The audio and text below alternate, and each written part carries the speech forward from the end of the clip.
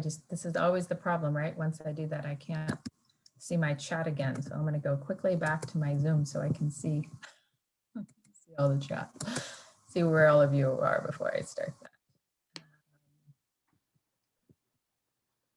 Edible Schoolyard, great.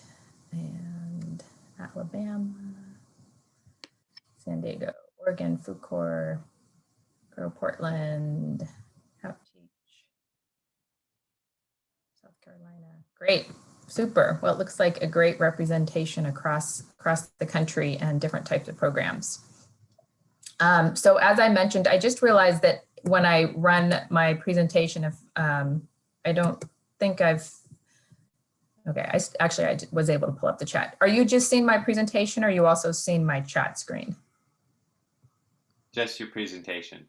Okay, great. And folks that are new to Zoom, which is kind of funny to say now because everybody I'm sure has been on the Zoom, I think, but you can, on their top right hand, you have a view button and that you can change, you can toggle through different types of views up there if you want to make certain things different.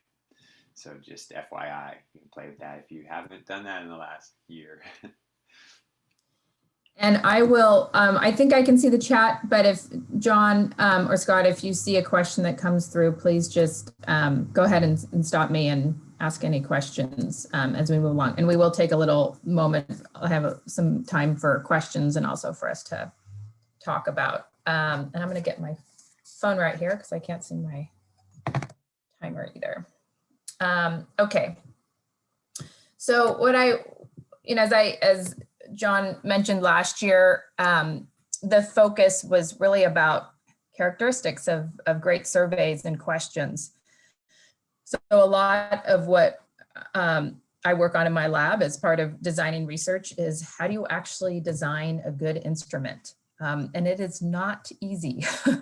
It's very hard to develop really good instruments. It takes a lot of time. And fortunately, we have lots of great resources available out there now in terms of, how do you develop good questions? More and more places like Qualtrics program or SurveyMonkey will even have tidbits on how do you do that. And so I encourage as you move through to incorporate those. And there's also a lot of scholarship on that. So a lot of how I framed that last year was through scholarship done by a colleague at Stanford who does a lot of political polling, but also environmental polling, and focuses a lot on how do you make questions to make sure they're valid and reliable. So that was a real detailed view last year. And then for this year, okay, whoops. Give me a second as I go back. Okay, sorry about that. So for this year, I want to rewind a little bit because last year was this detailed view about surveys specifically and writing good questions. And so this year I want to kind of take a step back, especially when we're thinking about culturally responsive evaluation, and really look, how do you think about the evaluation as a whole? And what does that mean? So this is going to be a take a step back and look at the bigger picture. And really looking at the evaluation approach. So we will dive in a little bit about questions here, but really it's taking the whole approach.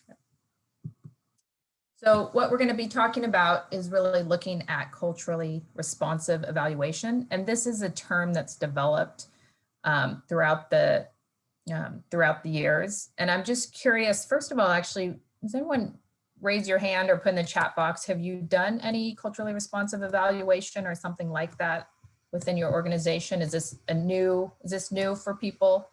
I guess thumbs up if this is new.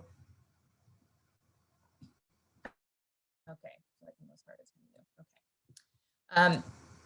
So it has been developing over the years in scholarship and also in practice of how to both in terms of theory, conceptually, what does that mean, culturally responsive evaluation, and then most importantly, what does that actually look like in practice? So I say developing terminology because as with most terms, we're never settled. And so I here provided just two definitions, and there are definitely others, but these are kind of two big definitions that have been out there that I thought would be helpful to look at. And what you'll see is really at the center of that is the focus on the sociocultural context of the place that you're evaluating. And there's also a growing movement to really incorporate social justice and in community empowerment as part of that. And with that, it really rejects this idea of a culture-free evaluation. And, you know, I think often we think about when we do evaluation, we think, oh yeah, this is the same, you know, evaluation we would do for all of our programs. And then realizing that this is really kind of taking a step back and saying, well, actually each of your program is really operating within different contexts. And so you do need to be aware of what those are.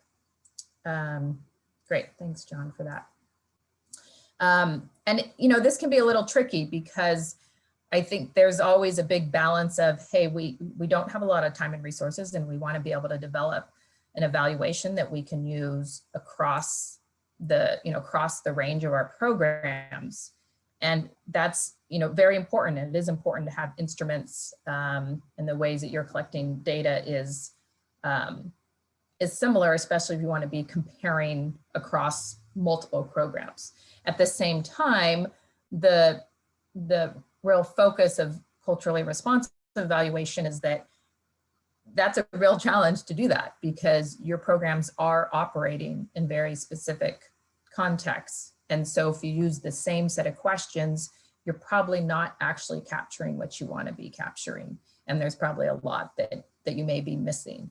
That's going to be very important in terms of student learning or teacher learning or district learning, whatever that might be.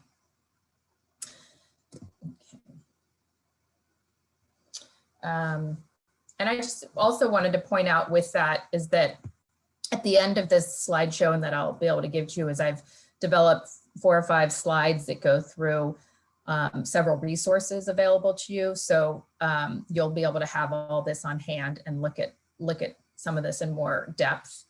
And also noting that a lot of this work has developed out of ideas around culturally responsive pedagogy, culturally relevant pedagogy. These might be terms that you've heard.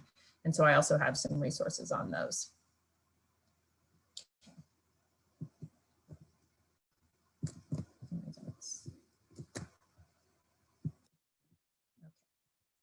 So this is a statement from the American Evaluation Association, which is a great organization.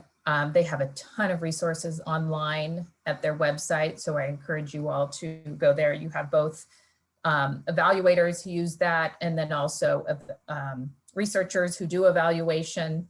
And so you have a real range of examples and resources on that site. Again, it's not focused on any one program.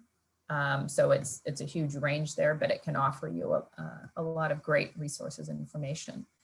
And I put this up because this is really a core piece of a lot of culturally responsive evaluation, is this idea of cultural competence. I'm sure you've all been thinking about that within your own organizations.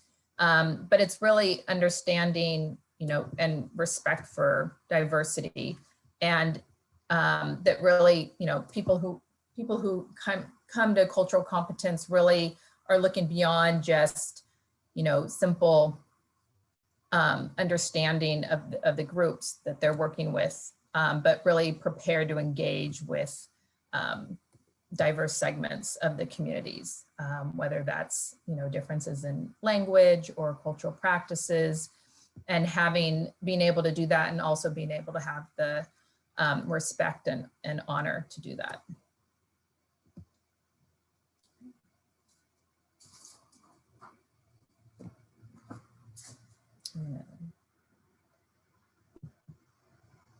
Sorry, every time clicking on this Zoom, and then when I click on it, I don't click on this. Okay. So what I wanted to do was go through 6 or 7 characteristics of culturally responsive evaluation. And then after that, you can take a pause and we can talk more specifically about questions you might have on that. And then I'm going to have a few examples that I've pulled up from past evaluations from the SGSO, and that we can talk about those and what those might look like in consideration of this. These characteristics I'm going to be outlining are from an article which is cited at the end of my presentation, which is several researchers that have really been developing the ideas of what culturally responsive evaluation looks like over the last 20 years or so. So really first is this understanding of cultural competency, which we just talked about, and understanding of a program's sociocultural context, right? So where is the program operating? What sort of areas is it, location, community groups? Are there important historical context to that community? What's all the different pieces that might be pertinent to your program? And one of the big pieces of it from culturally responsive evaluation, probably the biggest piece that's probably the most challenging in terms of time, but also is the most rewarding long-term, is to really having strong stakeholder engagement. So this is creating trusting and meaningful relationships. And what this means, and it differs from a lot of evaluation. Often you have evaluators who might come in, and I've done the same in programs I've evaluated, where you may know somewhat the people with whom you're working with, but I come in and do some sort of summative evaluation of a program, or maybe a pre and post. Cultural response evaluation is really saying from the get-go, you are working with the different stakeholders involved in that program or in that community group. And you're building relationships so that you're making sure that you can get the feedback, both positive and also constructive, that you might need, and that also that those stakeholders are actively involved in the process. And that's a really important piece, because again, we often think of evaluators just being this outside, quote, objective lens. When really it's, we're never really objective.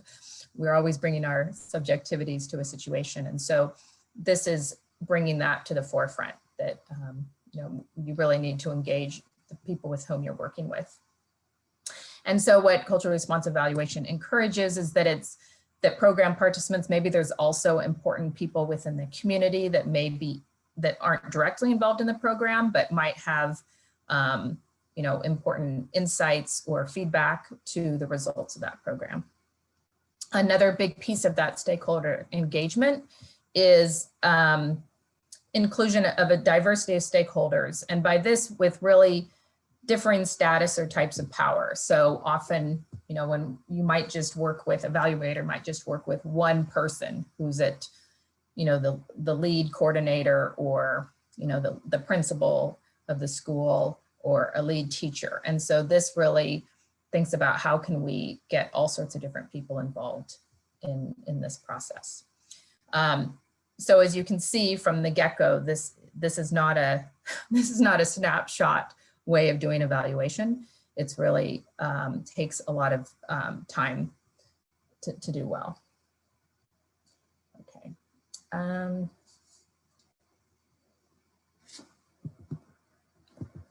back here.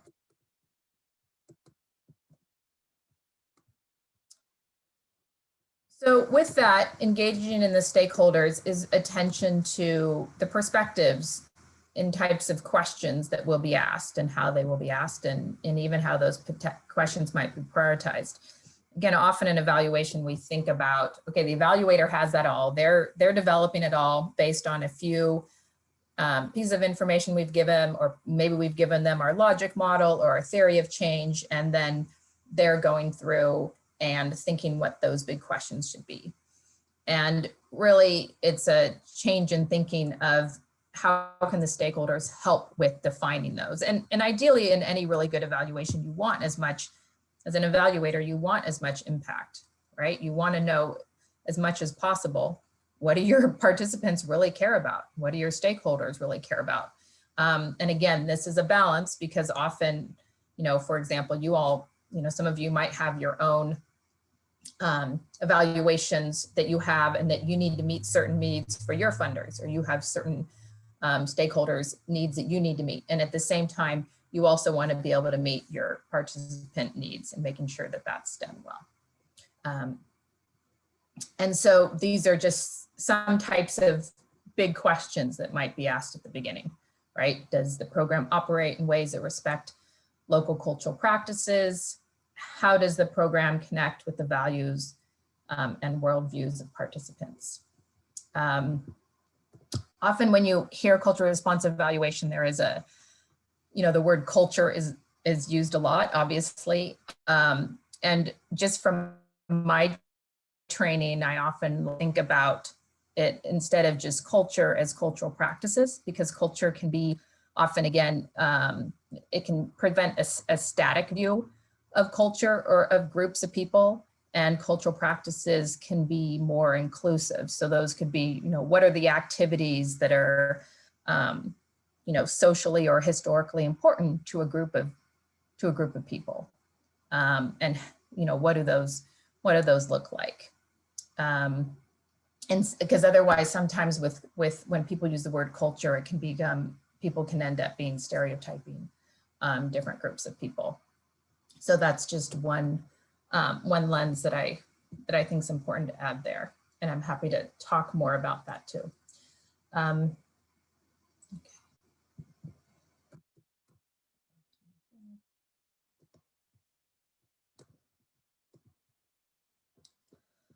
So having evaluation that captures varied perspectives and responsive to the participants in terms of the design of it. So both within, when the evaluator is trying to think about, what's that going to really look like, the design of it. It's often people who are doing culturally responsive evaluation create some sort of map or some sort of big,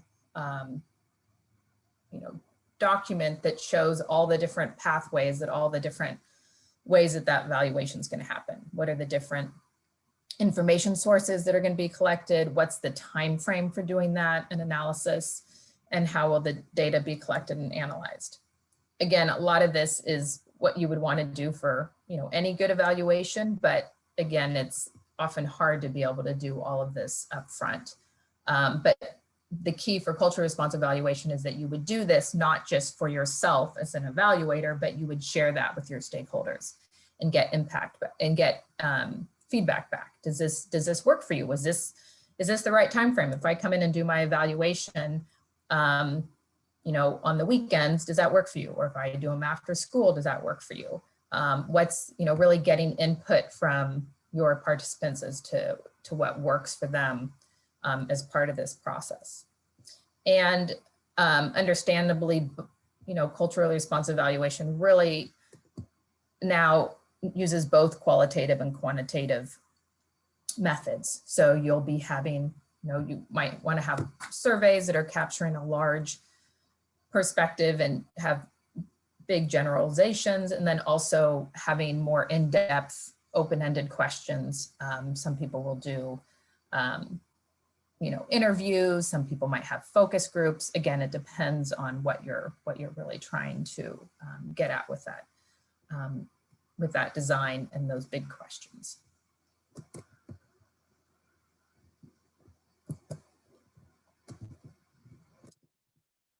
So another big piece of that is a close consideration of the instruments and tools, including checks in the language and in the content. And often this is helpful to get other people's perspectives. I mean, even, when we develop instruments, and I mentioned this last year too, it's always really important to pilot them and give them to as many people as possible. So when we develop an instrument that we're going to be using for a study, we'll start by passing that out to, our different 20 people in our lab, and then other people, and then get a real round sense of piloting them and see, does that make sense? And in this case, you'd want to do that with with people within the community or participants that you'll be working with. The consideration of culturally appropriate protocol when collecting data. So, in certain cases, there may be, it may be the case if you're in a community group that there's a certain protocol of with whom you speak first, or who's the person that's, going to be the best translator of that information. So just being aware of what that might be. And then also within data analysis, understanding and looking at those outliers, those things that are often kind of, you have 1 or 2 points that might be ignored sometimes because they seem, oh, they're far off, everyone else said kind of this. But in culturally responsive evaluation, it's really looking at all of those, all the diverse array of data and really incorporating, what's going on here? Let's make sure we're seeing the big picture instead of just generalizing to, the 2 or 3 themes we have. Oh, the fact that this person said something completely different. What's going on here? Is this something that's actually telling us something that we need to know that we might need to do different within our program?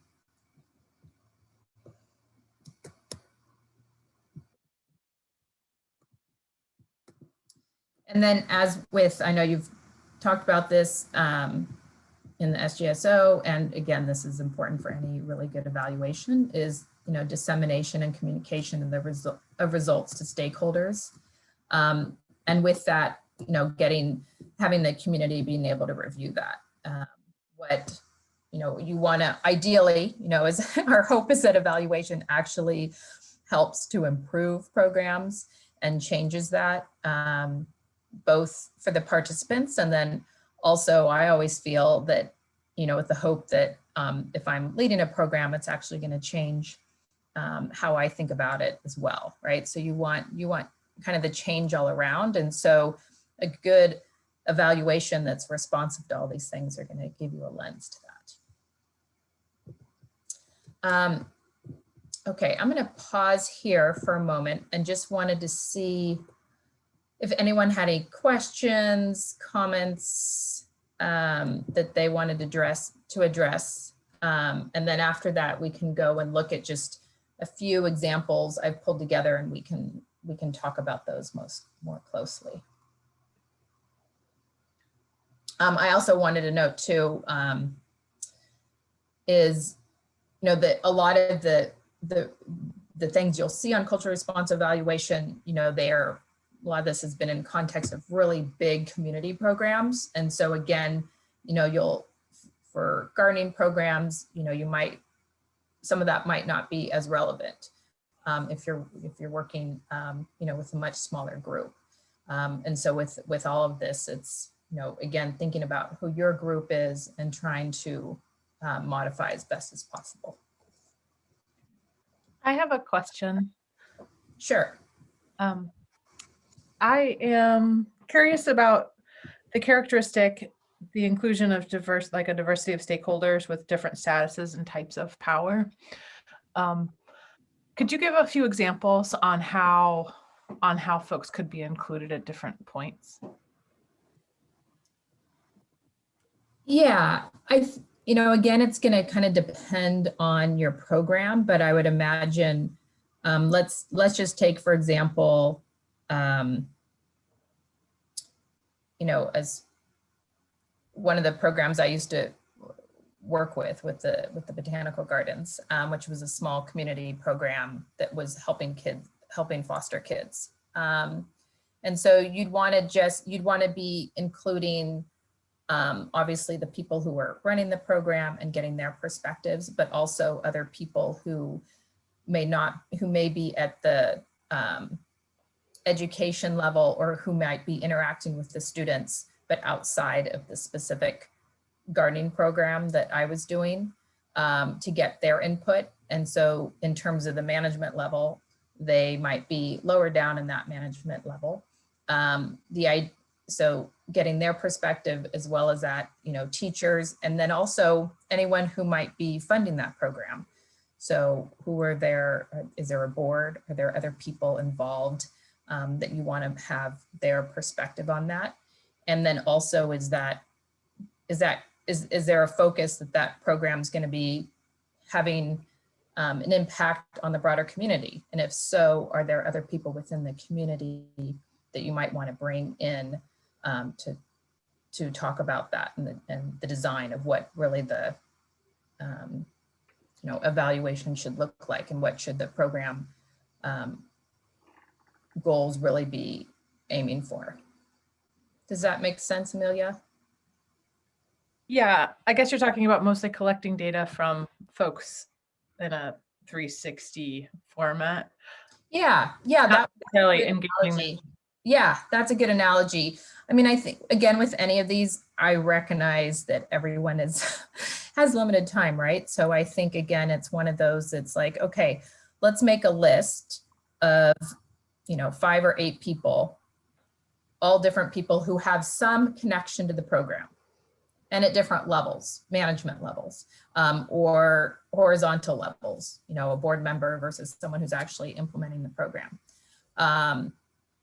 And let's just get a say into that. Some cultural response evaluation, especially when you have, that's looking with students, will include student voice in there. You might have a student as part of that. Again, for younger kids, that may be more challenging, but for older kids, that's definitely something that that can be included and can be really powerful, especially with high school students and older. I was going to piggyback on that question because when I did my master's thesis with 4th and 5th graders, I worked with students and they actually helped to design some of the research questions. And I went back and forth with my professor that was like, oh, this is going to skew the data and, all of that piece around objectivity. But I'm really curious about, just children's voices and agency and research at this point. And if this is all part of the CRE framework, or if that's kind of an extra level, looking at like the power of adults and kids, if our main audience and stakeholders are children. Yeah, I think it's really important. I think a big piece of culture response evaluation, and then actually there's another evaluation out there that I have a link to in the resources that is explicitly look at the power relationships. My sense, it's challenging because we're brought up the way that we learn science in school, and the way that the narrative science is that, oh, it's this objective free practice that we engage in. And it isn't, right? I think we all know that knowledge is socially constructed, and we have an impact when we are designing a study, what instruments we use, how we analyze it, which participants are part of that study, how we get funding for that. And so there is always that subjectivity. And so a lot of the voice that comes out of the social justice movement, or theories around critical race theory, or other theories that are addressing power, are saying, hey, we do need to call out the quote objectivity that we have, right? And realize that there's these, that it is important, that power dynamic. I worked with high school students from a migrant farm worker community for my dissertation.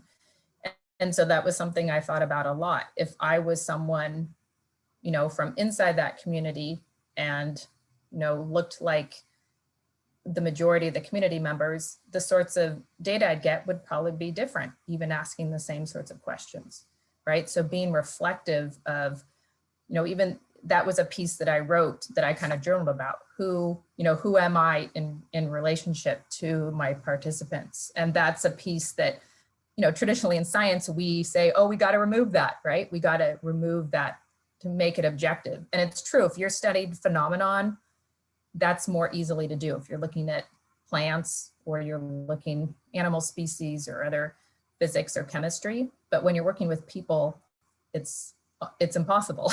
Right? We have an impact of who we are, and immediately the participants with whom we're working with are going to make some sort of judgment, and the way they're going to respond to me is going to be different than the way they respond to you, asking the same sorts of questions.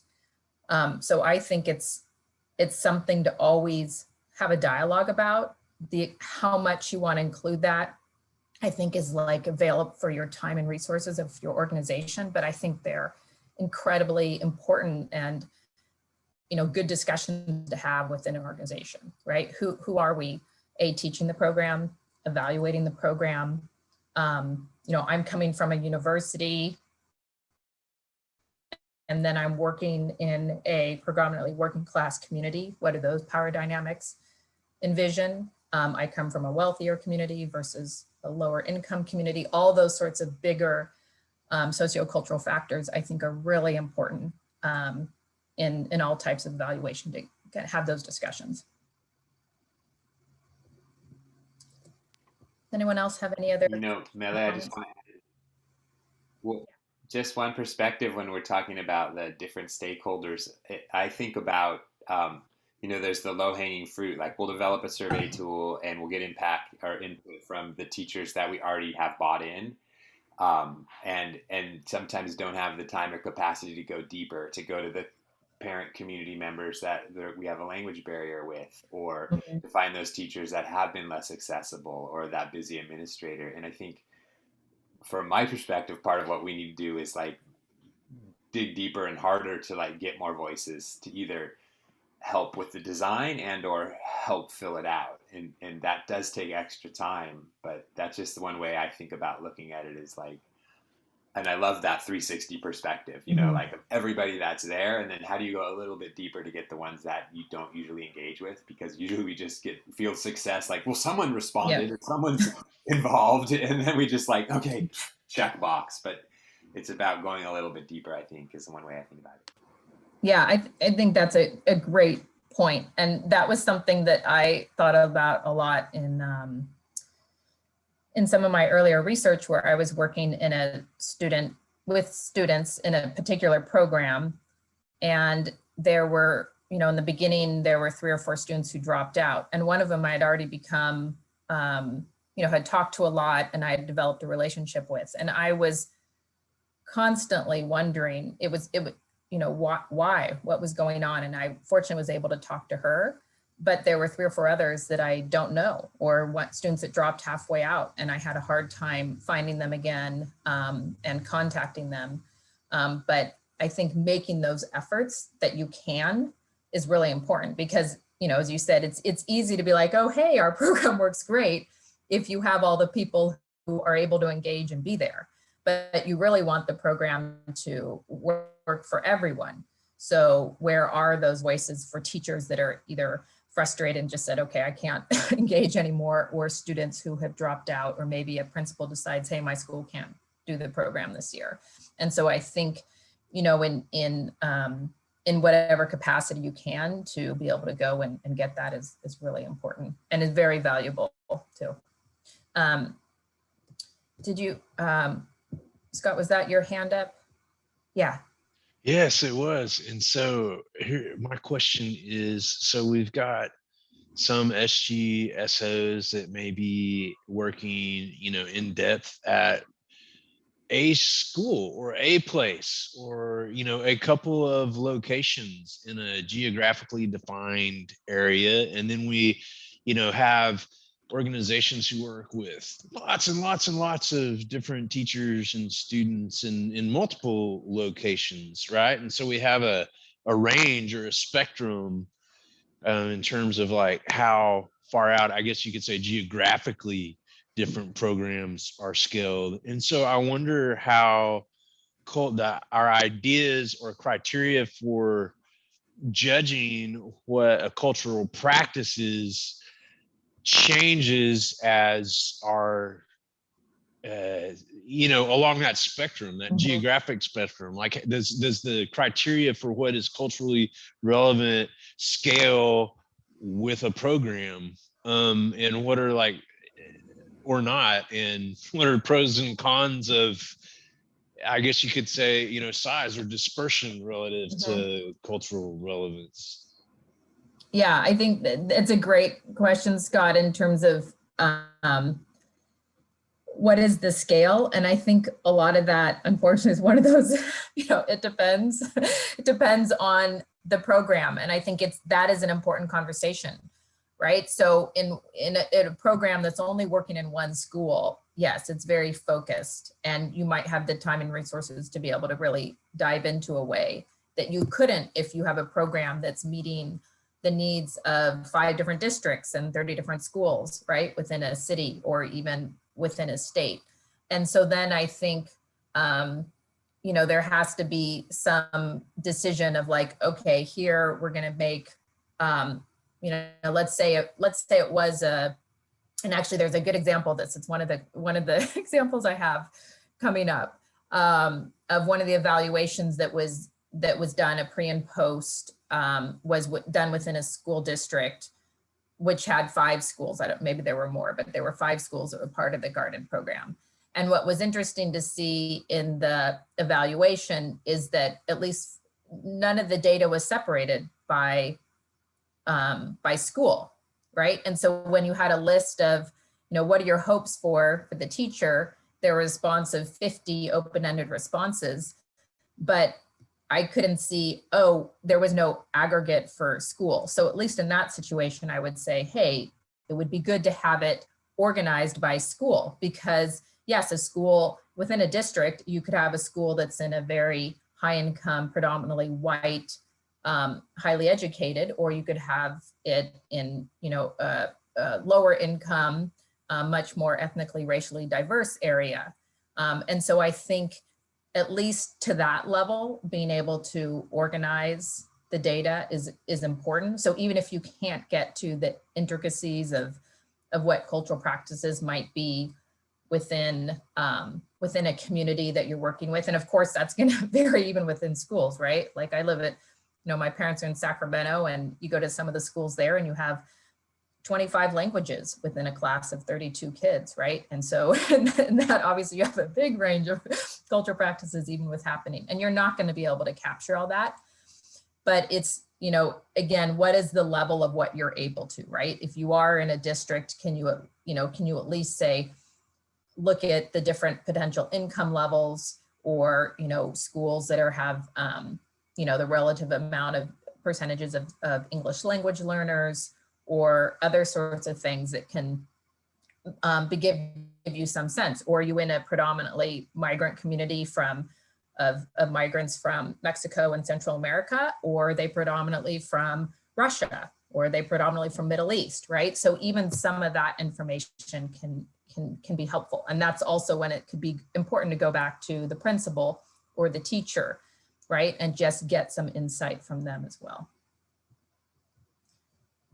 Let me just quickly move on to the next, I have a few different examples, but this one might be helpful. So what I did, again, it's a little bit of a apples to oranges here, but I was trying to just look back at some of the evaluations that had been done. And again, I realize these are very much summative, you know, either formative or summative pre-post evaluations for a very particular program. But I was trying to think, okay, some of these questions that have already been framed this way, how could we rethink some of these, you know, with a little different lens? So let me pull up this first one. Whoops. Okay, so one of the programs was a pre and post assessment of a garden program in 5 schools in one district.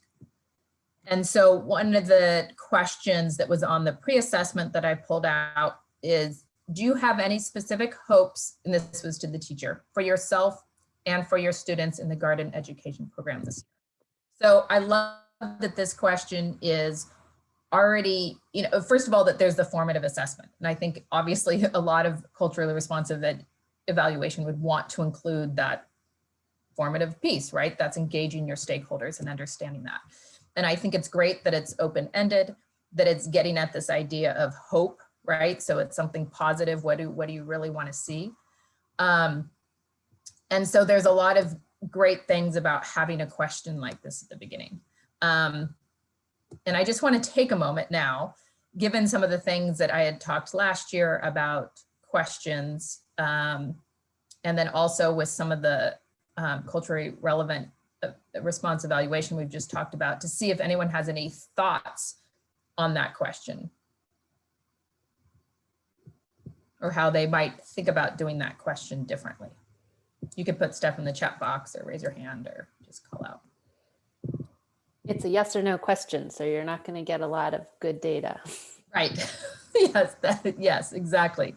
That is one thing. It's a yes or no. Yes. It's asking too much in one question. I think it's like yourself and your students. It's like huge. Yes. So that's what we would call a double-barreled question, right? Because you have you're asking two different questions in this one. So your teacher's, most likely teacher is going to answer either for him or her or their self or for their students. They're not going to answer both of that. So what do you really want to get at? So I was thinking about this question last night and I thought, okay, what are some of the ways that I might rewrite this, given some of these lenses that we've been talking about? And when I say modify and add, I don't mean these are the answers. I just mean these are some things I was brainstorming.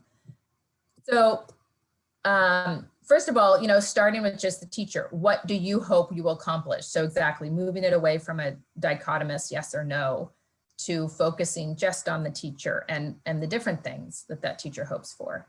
And then what is the purpose, right? Like, I think this is a great question. And when I looked, a lot of what made me think about these questions is when I looked at their responses, right? You had this huge range of why people seem to be participating, right? Or that's what I kind of got from reading through the rest of the evaluation. So I think this is a really important question that you always want to know. Like, why are you participating in this program, right? Like, why is a principal decide to do that, or a teacher or a community group? And I think that can be very telling for how you're directing your program. And then a big one are those barrier questions, right? Like, what barriers do you foresee in being involved? Obviously, you'll always have time and resource and money, but there could be other things that come up. For a lot of teachers, obviously, it's going to be connecting to NGSS. How do I do that well? Or I might not feel competent in that, or I might not like being outside, or these other pieces. And so that was kind of from the teacher perspective. And then I thought, okay, what might that look like from a student perspective, right? So first of all, what is your experience with, so first of all, asking the teacher, what is, your experience with gardens and or growing plants, and what are your students' experience, right? So this is a way to kind of get at some of that cultural practices. It could be, when I was in Tucson, I worked in South Tucson at that time was predominantly Mexican-American communities. And so when I would go into that community, there were already a lot of kids from a young age who were helping their families with home gardens and were already participating in that and saw that as really important piece. So I think being able to know, hey, is that already something that's happening in the livelihoods of our students? I think being able to, asking some questions that can get as much as possible of what are those prior experiences of your students, whether that's a prior experience with the garden, values around that, worldviews, how do they think about connecting to nature? I mean, essentially that's just good learning theory, right? Like, what makes, really good learnings about connecting your prior experiences and knowledge to, whatever you're experiencing in the moment, and learning in the moment. And so a lot of that, as much as we can do that all the time, whether it's directly, responding to cultural response evaluation or just good program pedagogy is really important in that angle. And I'll add a little piece of a little story on that is when, this was years ago when I was working with a school garden program, and I was just there helping out. And there was a teacher who was great that, students got along with really well, and he was coordinating the efforts. And then on a weekend had invited the families to come and help out. And so you had lots of families that were there helping out. And I noticed one of the students talking to his dad just kind of really getting the details about the garden effort. And they were talking in Spanish about it. And then it was interesting because I didn't see the student relate any of that to the teacher who, I don't know his Spanish proficiency, but hadn't heard that conversation. And so I asked the student later, I said, oh, why didn't you mention, why didn't you mention any of that? And he said, oh, I figured this is the teacher's show, right? And he's like, although my dad has like 30 years of experience building gardens and working on farms, right? And so they were communicating about that, but the teacher wasn't even aware about that experience, right? And so I think that that's a really big piece, especially around gardening programs.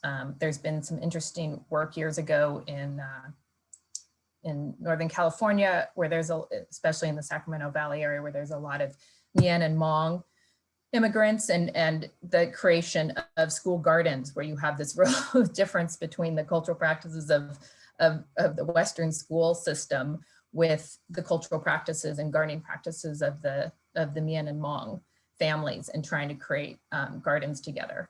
And so being able to, call those out from the beginning, I think, and understand those better will be very helpful.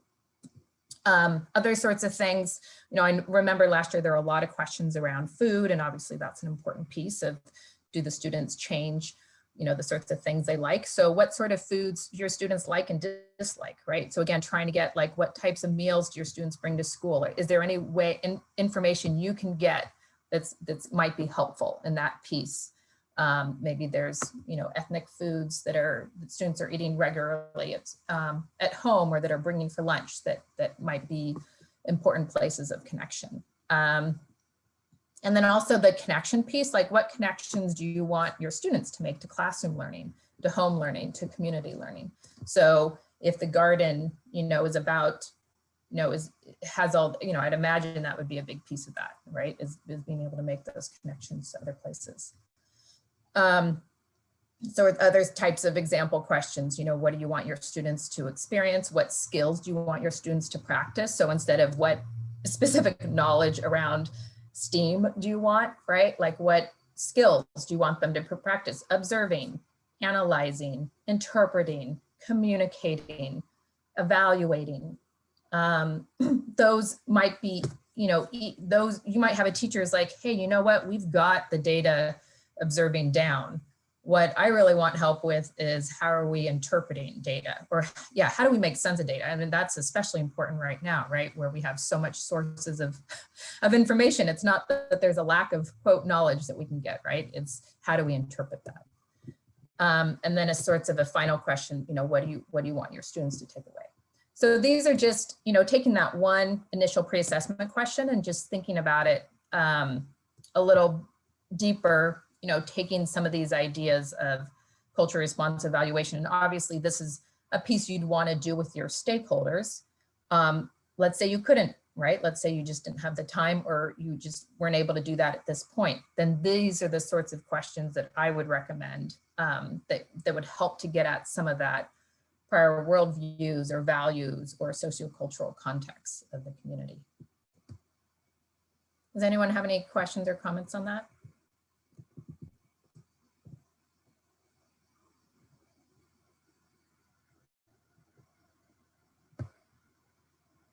Do you want me to, I know it's close to time. Do you want me to go through one more example?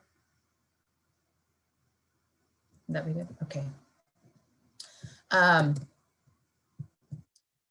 So this is another one that I pulled from, one of the earlier, I don't know what year or where, I don't remember where. And these were these are just some examples of post-assessment questions that were on a agree to disagree scale. Again, I'm not a fan of agree disagree scales in general, as I discussed last year, and also, the way they were numbered, but that's last year's in terms of incorporating it.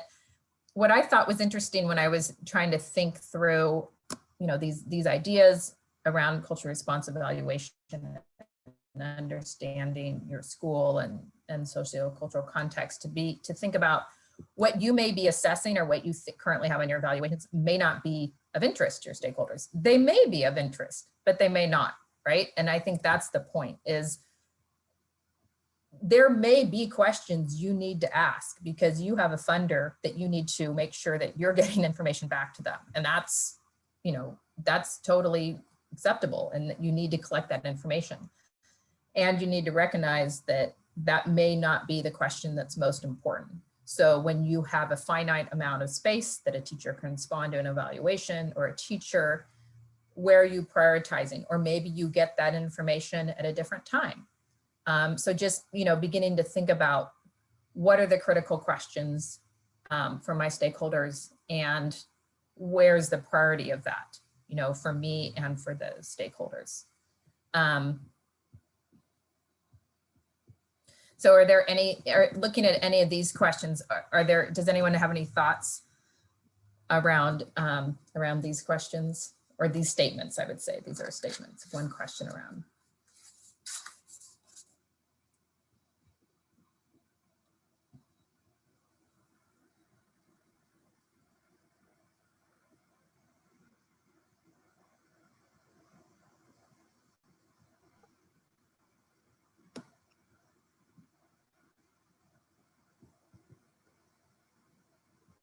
Did you see Amelia's question in the chat? Oh, I didn't see that. Sorry, it was, Okay. sorry to jump on.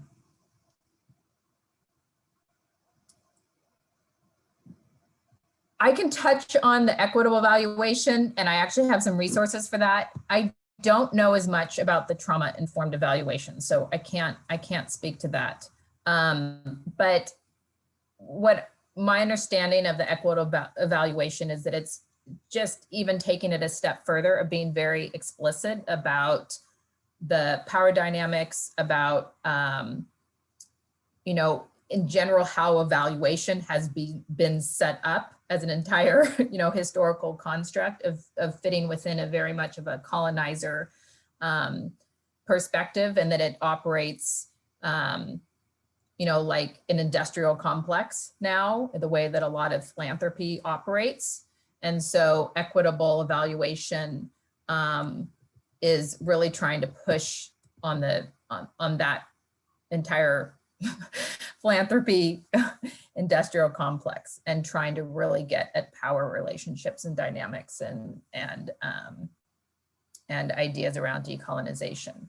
And there is in the resources, which I'll show you in just a moment, I'll point out specifically where you can find great information on that on a website that gives a ton of information. And the woman who really started this initiative has also written quite a bit on it. So I think that's another really important thing to look at. Look to that. The one thing I'll say on this that I thought was interesting when I was just looking at it, I kind of thought, what's the purpose of the second statement? Like, why are you asking that, right? With any question, why are you asking that? Is that something like, what is that trying to get at? You want your students to know what garden successfully. Does that mean you want them to be able to go home and garden successfully at home? Do you want them to be able to be really good school gardeners? Do you want them to be and go start a community garden? What does that mean, successfully garden, right? So just trying to say, is that something that is really that you want, or is that something that your stakeholders really want? And then the other one I thought was really interesting, like 3 and 4. To me, this is like a quadruple barreled question, right? You have STEAM in there. So you're essentially asking how the school garden was used to teach a tool or increased your students' interest in science, technology, engineering, arts, and math learning. Wow. In one statement, you're going to get a 1 through 5 response on that, right? So again, that seems really big to me. What are you trying to get at? It may be that a school just wants to focus on the arts connection, or maybe they just want to focus on math, or maybe they want to just focus on the science piece, right? So again, knowing what your stakeholder is interested in, what's important to them, and that may be a little different from school to school. So let's get back to Scott's question. You might have, a school within a district that's like, oh my goodness, we really want to focus on our math right now, like across the board, that's been a big piece for us. And then you might have another school in that same district who's like, oh, we really want to focus on the science piece, right? So you may need to adapt your programs because of that, and then adapt the evaluation accordingly. And then I saw the last one I thought was so interesting. Your students understand that gardening is a form of physical activity. That seems like that's probably from an external funder for a gardening program that's trying to evaluate, hey, we have these metrics of what students think about physical activity. Are they getting enough 30 minutes of physical activity? And so I thought, is there another way that might engage stakeholders more? And what was interesting is when I saw that, and then I was reading through the responses of all of these, and one of the teachers said, oh, I want the students to see gardening as a lifetime activity. And I thought, oh, that would be a great way to rethink that, right? So, is this your students view gardening as a lifetime activity, right? Because that gets a little bit more, how are you really going to evaluate if your students, oh yeah, I see this as a physical activity. So I think with all of these, you can begin to, even if you're not able to do the full stakeholder engagement piece, there's ways to kind of take those ideas around what you imagine or what of. I mean, obviously, people are already involved in the programs. They know teachers, they know schools, they know communities, and trying to rethink some of your evaluation from that. So let me just show you some of the resources. So I've divided them up just to give you an overview. So first I just did evaluation resources for science and informal ed. These are not gardening specific. These are just in general for science, informal science and EE. So informalscience.org, that is a great resource if you're not aware of it.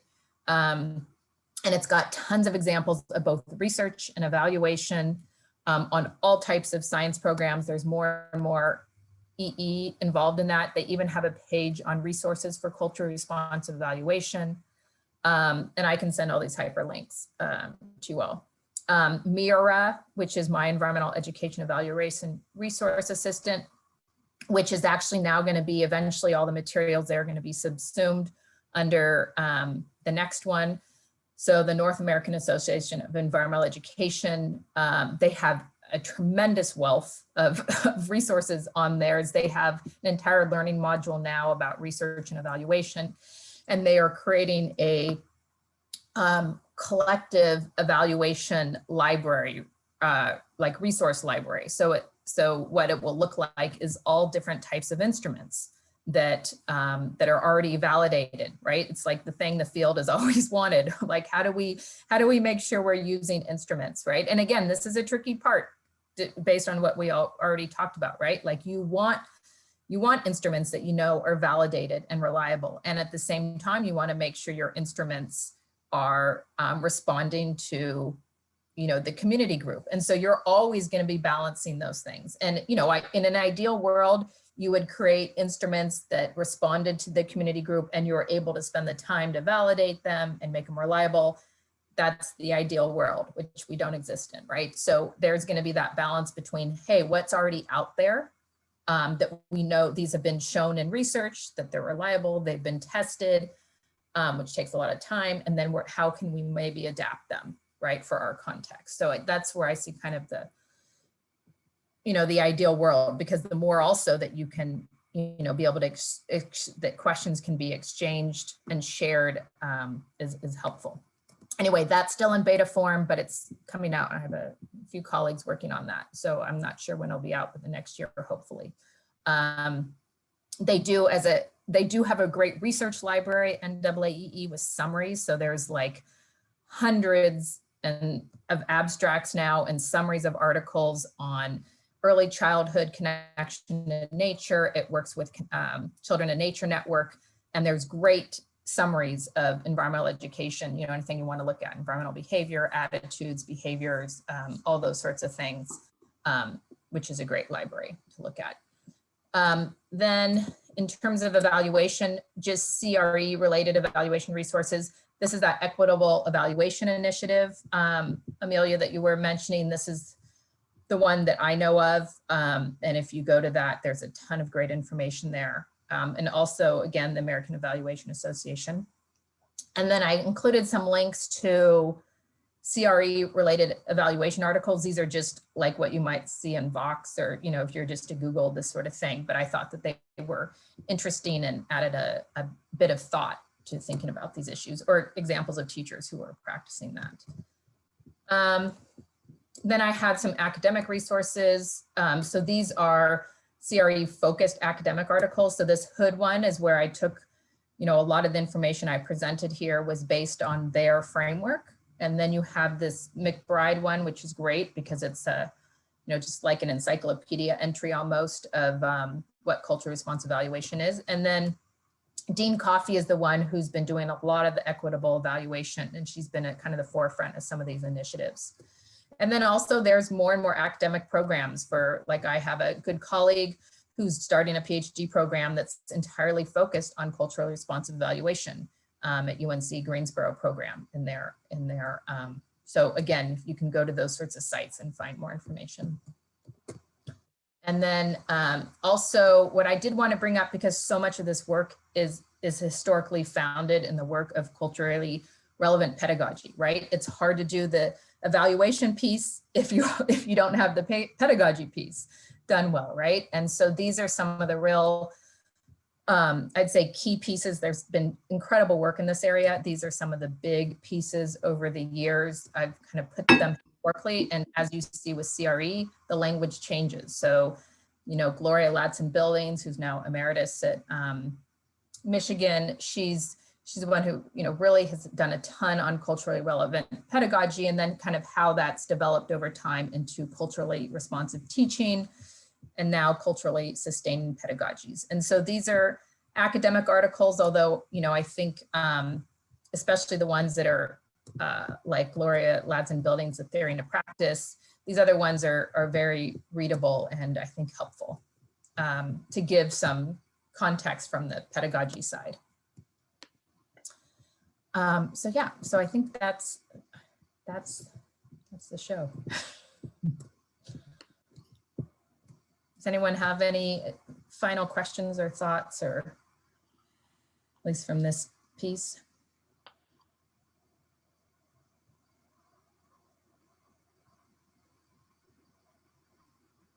Yes, I will definitely have the resource links available. I was just going to say thank you. This has been wonderful, especially all these resources that we'll be able to use during the week. Great. And then could someone summarize? So Mele, you're going to come back and be able to provide some guidance or just the sounding board with the group that is that Scott is working with. Scott, is that true? That there's a group that's going to take a closer look at what we've had shared in the past and then clean it up for a way to share it in a more expedient method or a more easy digestible method? Yeah, so I think it'll kind of span the group work. That's what we're hoping. Each group has a product that we think is probably relevant for Mele to review. So, and one is basically taking your first presentation, Mele, from last year and cutting it up into some clips so that specific aspects of your presentation could be identified by someone ultimately who goes on to the SGSO website and sees, oh, well, there's a presentation, so they can pull out the clips rather than watching the whole presentation through. We think maybe we'll get more viewing that way. And then the other one is, like you said, about kind of expanding out and taking a larger picture. We're looking at a list that's been created in the past of outputs and outcomes and specific kind of metrics for different kinds of outputs and outcomes, kind of lined up with different types of evaluation activities. So is it a survey? Is it an interview? And in different kinds of, I guess you could say, methods, right? And so then we're also working on some reporting. And so we have 3 groups putting together 3 different pieces. And our idea was actually to have you take a look at each of those in an hour on Thursday afternoon, just giving us your feedback on all of that at once. And so it'll just be kind of, I think it'll come to you in 3 documents or so. And we appreciate you taking a look at it and spending whatever time you can with it and giving us your thoughts and ideas on Thursday afternoon.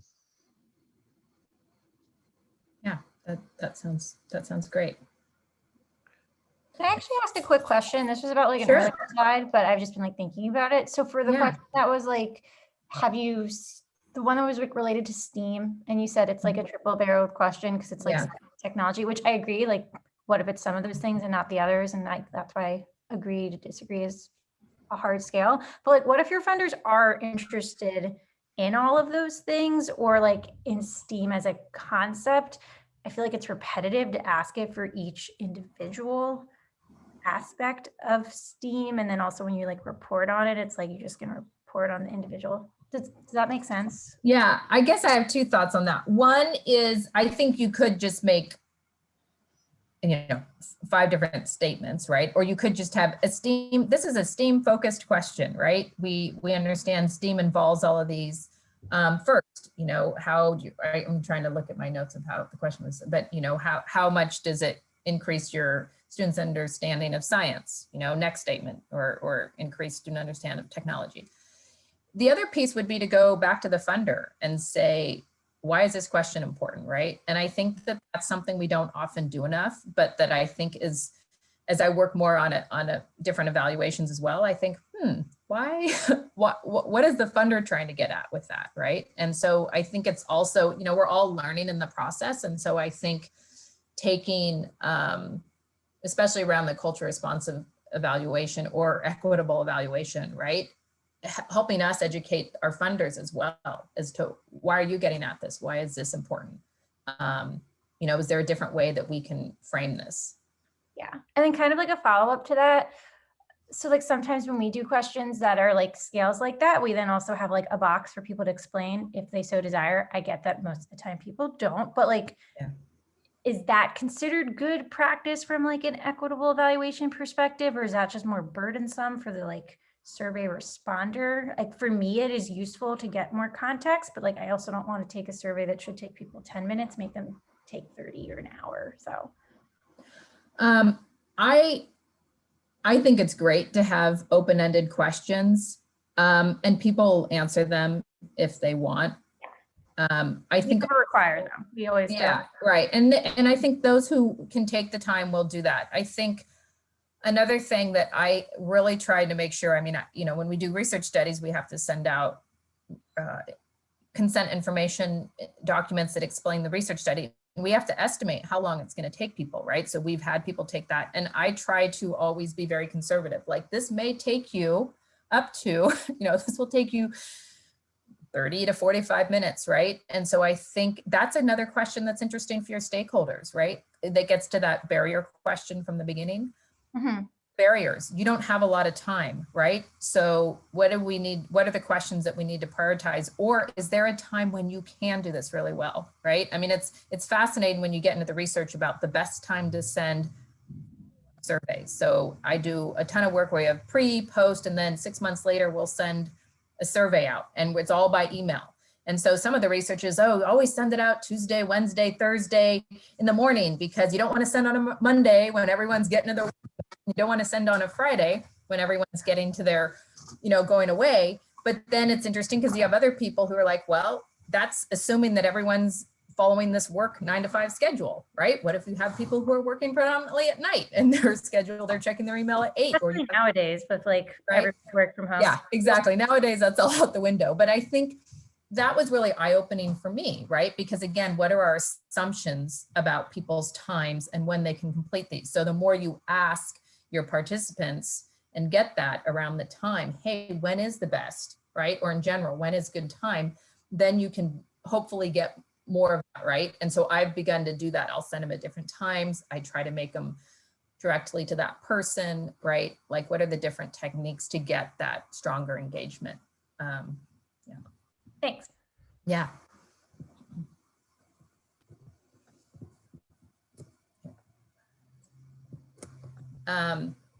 Any other questions? Here, I need one quick.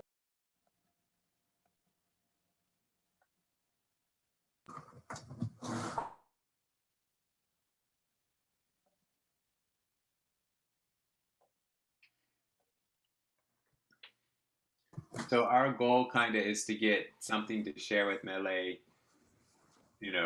start framing stuff up by the end of the day tomorrow, or Thursday morning at the latest. And then we have time with Mele on Pacific time Thursday later afternoon. I think it's 1 o'clock on the agenda. And John, Scott and I are planning on getting that stuff to her at the end of the day tomorrow, so she'll have Wednesday to Got it. Great. Okay. glance over. So Mele, that could I be have a summary of resources and or questions to help like guide the direction of where we're going to, I have a question. Aside from surveys, could you give some other examples of, research instruments, methodologies that have like adapted to become increasingly culturally relevant? Yeah, sure. Yeah, it's funny because surveys would probably be the least, right? Because they follow in that objective, cultural, value-free mindset, right, of scientific investigation. That said, I think surveys are wonderful if they're done well, because they give you great generalizations. Having focus groups, having interviews, having community listening sessions, having open-ended questions on surveys, right? So I think looking at historical texts from a community, right? You don't want to also spend a lot of your community stakeholders' time if there's information that you or someone within your organization can find out yourselves about the important cultural context, right, within that community. So what sort of things can you engage with, right? And I think, nowadays that's more and more easier to access, right? And important and relevant. So I think that's a great way, right? Whether that's newspapers or whether that's social media, what are the sorts of things that you're hearing, right? That might be important for you. Interviews I think are great. They take a lot of time, and they take a lot of time obviously to analyze. Focus groups are nice because you can get people who are responding and communicating together. Again, they have to be well facilitated, because you can have certain people who might be those people who speak all the time and those who may speak less. So being able to make sure you're hearing all the voices. That way but you can also see more of that being developed and engaging together.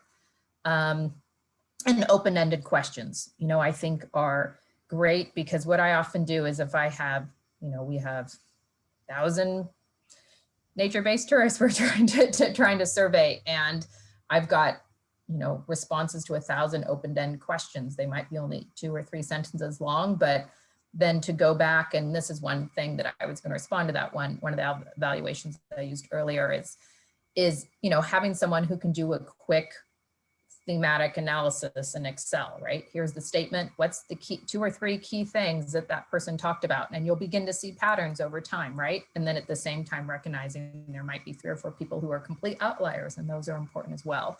But one of the things I've noticed a lot in evaluations of environmental ed programs is exactly what this evaluation did, which was just literally put 50 statements of the open-ended question in the evaluation report without any sort of coding or thematic analysis. So it makes it almost impossible for anyone to do, unless you're going to go back. Who is it on then to go back and really understand all of that's happening? So if you're going to use those sorts of types of methods, then you need to have the forethought of, okay, who can we get to help us with that, right? Is there a student I can pull in that wants an internship? Right? That's an easy thing on Excel to do, right? To who might you be able to pull in to kind of help with some of that? Does that help, Amelia? Yeah, I guess it just also leads to thinking about, if we're communicating our results, sometimes what we'll do and what our development team will do is use national research points to kind of help build our case. Like, we can say that since we have a strong social emotional component of our program, and social emotional learning is linked to all these academic achievements. But like we now, it seems like, of course, like all of those research, like all the sources have to be also culturally relevant, right? Like we don't want to have our own methods be well suited to our population, but then pull on research that is not. So yeah, it's just, it further complicates it in a good way. Yeah, and that's a great way. That's a great ending statement, right? In a good way, because I think it's overwhelming, and I want to recognize that, right? Like it is a lot, right? And I think this has been frustrating for a lot of people within, informal learning for a long time is, hey, we put so much time and resources into having these great programs. And then, oh, there's evaluation, bing, done, right? And so now there's this big thought of like, hey, we need to really use evaluation effectively, right? Especially if we're going to take teachers' time, if we're going to take our staff time to do this.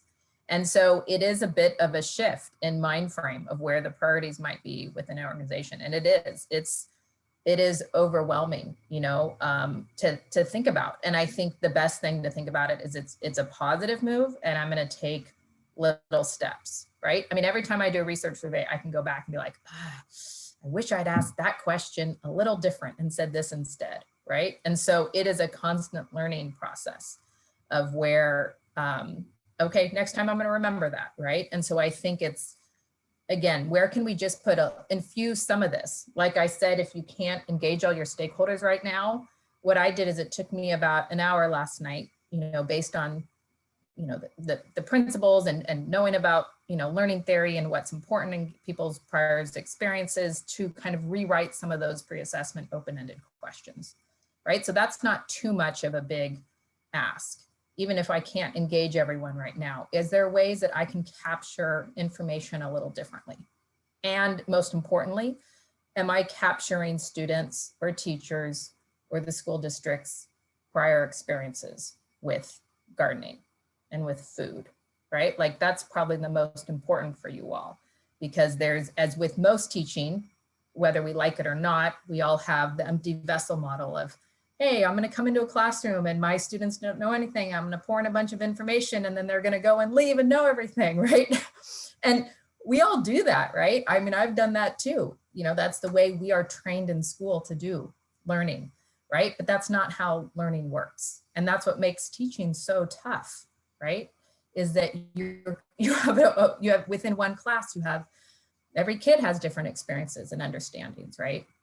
And so the more you can kind of just think about that and begin to infuse those ideas of how do I really understand my participants better and engage with them with the knowledge and understanding and values they already have to make this program successful as to what that successful to for them and for us.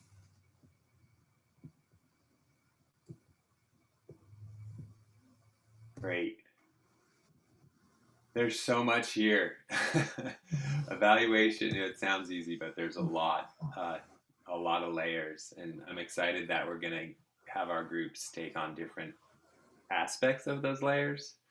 And as our agenda moves forward, our agenda is very open for the next days, so it's really just for us to start diving deeper and finding out resources that could be easily shared out for others and framing them. So Mele, I want to thank you a lot for taking the time and putting together these resources, and also for when we get to meet again, and take a look at the where we're going with what we're doing. And I know we're not going to be able to cover everything related to assessment, but we're going to try to make it as relevant and digestible for other SGSOs. Yeah.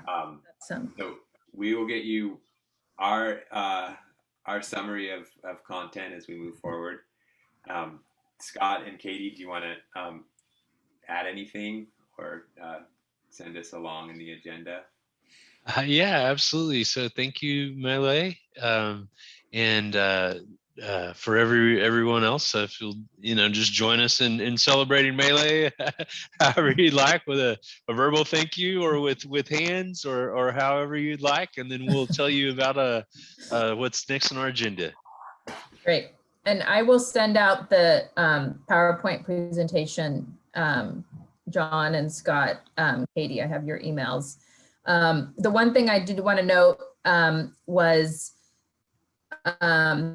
this is the researcher in me, that it's, and I guess also the teacher in terms of where our information comes from, that in all the presentations last year and this year, I put, the ideas from where these came from, or in some cases, this, like in the characteristics specifically outlined. So it's really important on the website or whatever it looks like to make sure that all of those are acknowledged, right? This is not Mele Wheaton coming up with all of this, right? Or coming up with the best way to write. Like I pull from John Krosnick, and these definitely, right? There are ways that I modify them, but I think it's important just to keep that out there. And also it's helpful, right? All of those, the 5 or 6 or 8 people I mentioned are all wonderful resources and have a ton of information out there about how to do it. If you want to spend your rest of your quarantine learning about it, you can. Thank you. We'll definitely make sure that we reference those resources. Yeah. Thank you. Yep. Thanks. Okay. Good to see everyone. You too. Thanks. Okay. Thank you. Maybe a couple days. All right. So, Katie, what are our adjusted times here? All right, T-minus, just because it's easier to go with round numbers, why don't we, and it's almost 3:20 at my house. So what is it? Almost 12:20 Pacific time. So let's just do 12:20 to 1 for lunch, right, Scott? 40 minutes. We had 40 minutes. Yeah, and so that 40 minutes is a break for you to do whatever you want. I know that Katie and I definitely will be just taking 20 minutes on our own, then coming back for the rest of the 20 minutes to just kind of hang out and talk. So you can take all 40 minutes to eat or gear up or break or do whatever you want.